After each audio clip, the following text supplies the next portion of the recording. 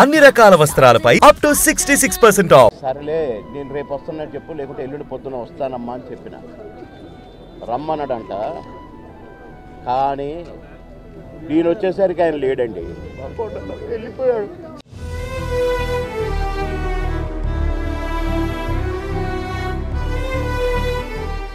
ఇంటికి వస్తే ఎంతో సంతోషంగా రారా బోరు కొడుతుందిరా అనేవాడు. ఇప్పుడేమో హాయిగా పడుకున్నాడు.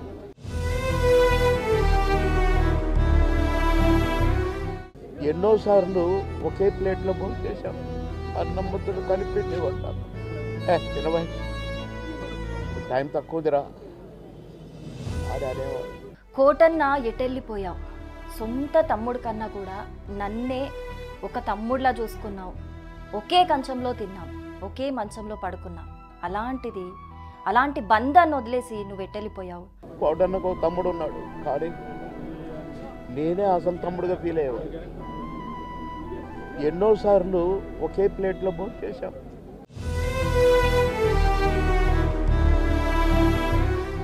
నిన్ననే ఫోన్ చేసి ఇంటికి రమ్మన్నావు కదా, వచ్చేసరికి లేవేంటి అని చెప్పేసి కోట శ్రీనివాసరావు మృతి పట్ల బాబుమోహన్ కన్నీటి పర్యంతమవుతూ కొన్ని వ్యాఖ్యలు చేశారు.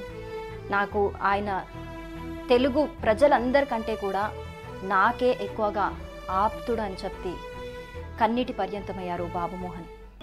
రెండు రాష్ట్రాల ప్రజల కంటే నాకే ఎక్కువ ఆత్మీయుడు కోటన్న.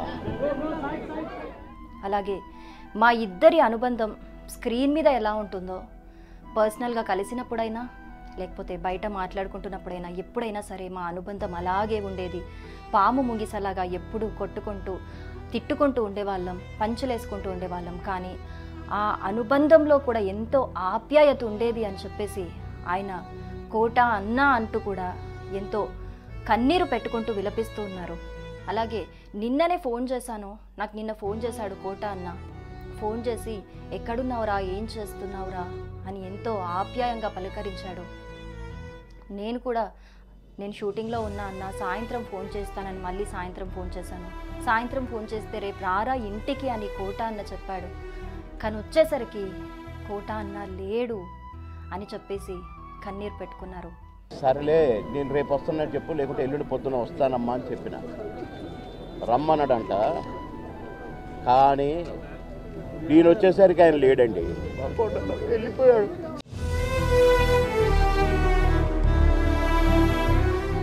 ఇక స్క్రీన్పై ఎంతలా ఆయన ప్రేక్షకుల్ని మెప్పించారో, ఇటు నిజ జీవితంలో యాదృచ్ఛికంగా వీరిద్దరు కుమారులు కూడా యాక్సిడెంట్లో కన్ను మూయటం విషాదకరమని చెప్పాలి.